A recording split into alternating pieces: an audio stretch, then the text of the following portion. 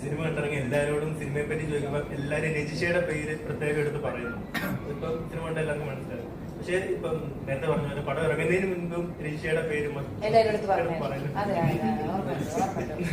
Okay. അപ്പം അത്തരത്തിലുള്ള ഒരു കോൺഫിഡൻസ് ഉണ്ടായിരുന്നത്, അതായത് ഇപ്പം ഈ ട്രോൾസ് അല്ലെങ്കിൽ മീൻസ് ഒക്കെ വരുമ്പോ പോലും പടം ഇറങ്ങട്ടെ, പടം ഇറങ്ങി കഴിഞ്ഞാൽ നിങ്ങൾ ഇതെല്ലാം മാറ്റി പറയും, അല്ലെങ്കിൽ അത്തരത്തിലുള്ള ഒരു കോൺഫിഡൻസ് അന്നേരം ഉണ്ടായിരുന്നു, അല്ലെങ്കിൽ ഇപ്പം എങ്ങനെയാണ് ഫീൽ ചെയ്യുന്നത്? അത് സിനിമയിലുള്ള കോൺഫിഡൻസ് ആണ്, അല്ലാതെ എനിക്ക് എന്റെ മറ്റേ അങ്ങനത്തെ പരിപാടിയല്ല. അത് സിനിമയിൽ, കാരണം നമുക്കറിയാലോ നമ്മളിത് എന്തിനാ ചെയ്തത്, സിനിമയ്ക്ക് ഇതിന്റെ ആവശ്യം എങ്ങനെയാണ് ഏതാണെന്ന് എനിക്കറിയാലോ. അപ്പൊ ഞാൻ അതിന് മുന്നേ എന്ത് പറഞ്ഞാലും പോയിന്റ്ലെസ് ആണ്.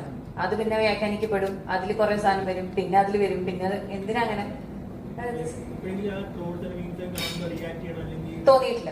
കാരണം എനിക്കറിയാം ഇപ്പൊ 27 വളരെ പെട്ടെന്ന് സിനിമ വരുമെന്ന് അറിയായിരുന്നല്ല, അപ്പൊ വന്നു. ഇനിയിപ്പൊ ഞാൻ റിയാക്ട് ചെയ്യേണ്ട ആവശ്യം വന്നില്ല.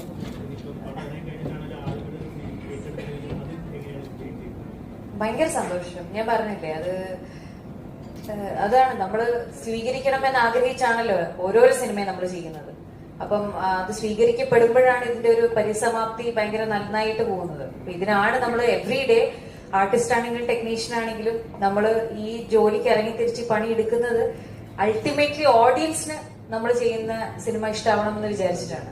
അതാണ് പ്രൈമറി. അത് കഴിഞ്ഞിട്ടേ ഉള്ളൂ ഇതിൽ വരുന്ന ബാക്കി പണമാണെങ്കിലും ഫെയിം ആണെങ്കിലും നമ്മളുടെ എന്തൊക്കെയാണെങ്കിലും. പ്രൈമറി എന്ന് പറഞ്ഞാൽ നമുക്ക് സിനിമ പ്രേക്ഷകൻ സ്വീകരിക്കുക എന്നുള്ളതാണ്. അത് സ്വീകരിക്കപ്പെടുന്ന മൊമെന്റ് ആണ് നമ്മളെ സംബന്ധിച്ച് ഏറ്റവും കൂടുതൽ എക്സ്ട്രസ് കിട്ടുന്ന ടൈം.